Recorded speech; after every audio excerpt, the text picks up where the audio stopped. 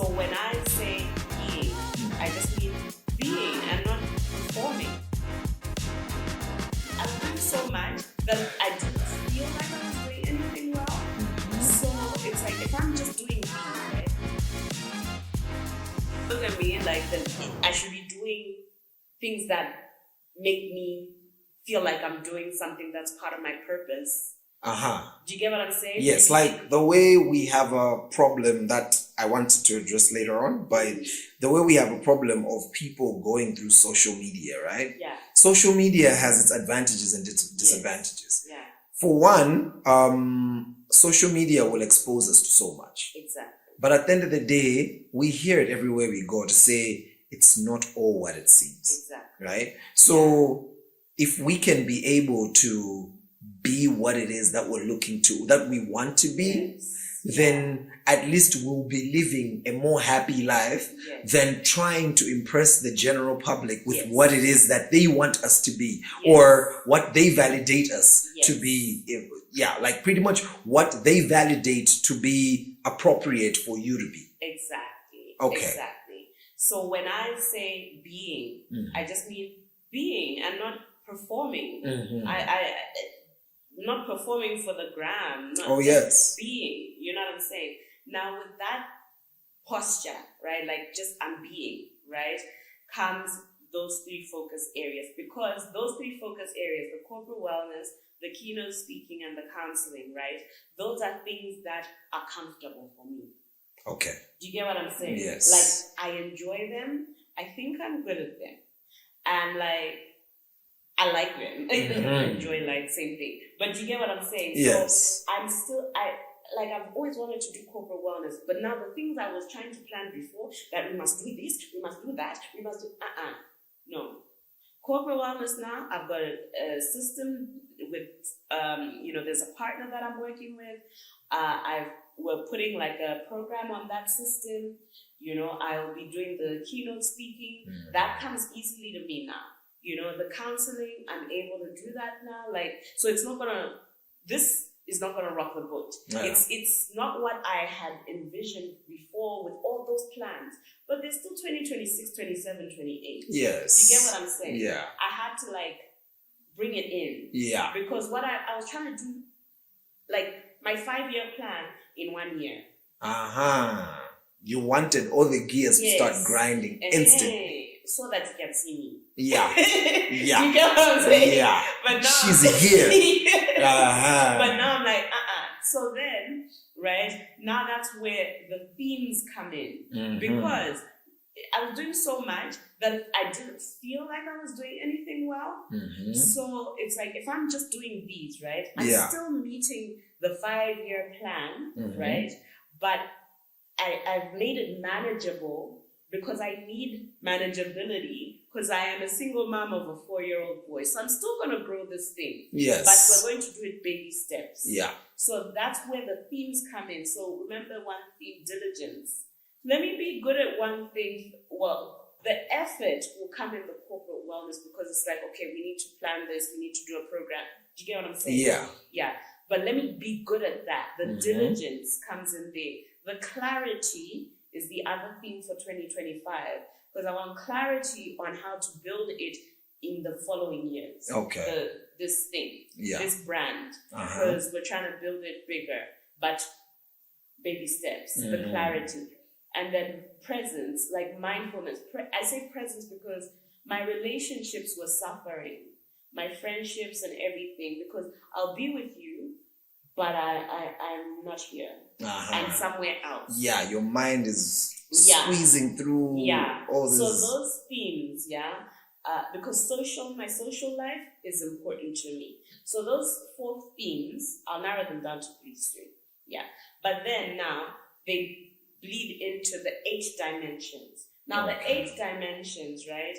So I'll just give examples. 8 dimensions, you've got your 8 dimensions, you've got da-da-da. So if I start with my spiritual life, if I'm looking at goals for 2025, if I look at my spiritual life, which is 1 dimension, I'll list just 1 goal in each. Let's say I'm looking at my spiritual life I want to be more active in my church. I will maybe say, I want to be an usher at my church.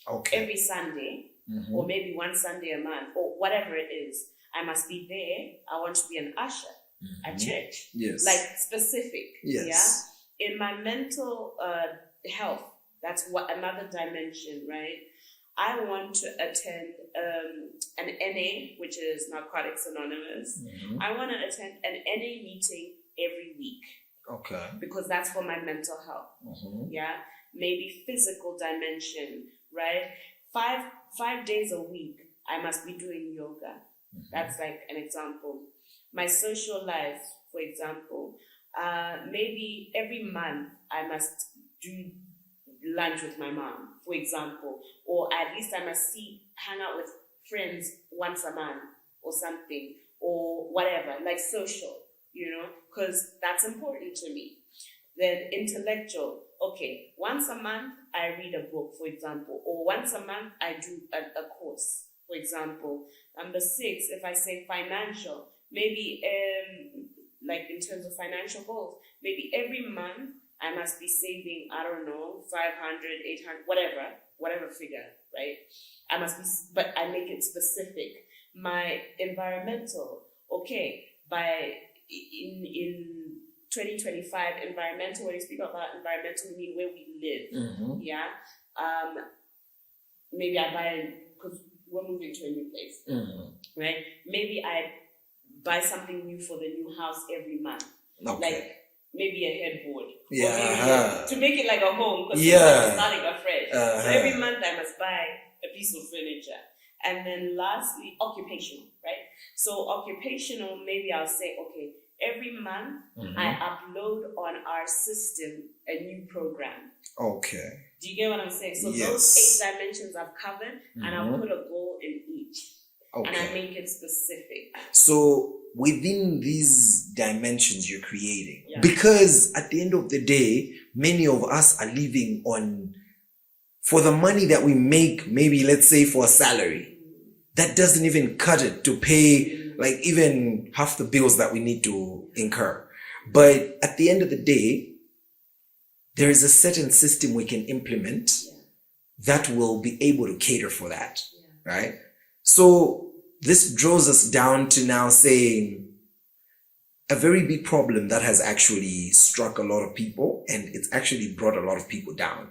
And that is not being able to embrace that new state, right? For example, financial, right?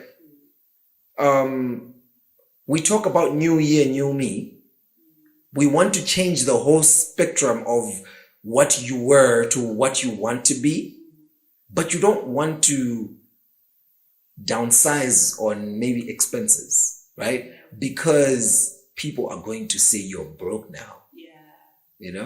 People are going to say anata. Anali antwao, anata. And this is something that actually is a very big problem, because you look at the corporate world, right? We've got people going into workplaces and meeting young managers. Today, you'll find a 26-year-old manager driving a Mercedes-Benz, living in a nice, comfortable, beautiful house. How he got there, you have no idea. He could have worked his way up. His uncle could easily own the company, and you don't know. You want to compete with that. You want to stay in the same lane as that. And then you say life is hard because you can't meet up to someone else's level of life. So being able to look through those things to say, yes, you want to create a new you, but does it resonate with the resources at hand? Because whatever habits you're going to create around you now, they are either going to cost you or benefit you in a certain way. So when it comes to those 8 dimensions, I feel like that is a very beautiful way of putting it, to say you've got 8 ways of looking at life. 8 sections of life that are actually important to you and to the well-being of you. So you're going back to say, in this area, we are not just going to blast in and take everything. but we'll ease in. 1, 2,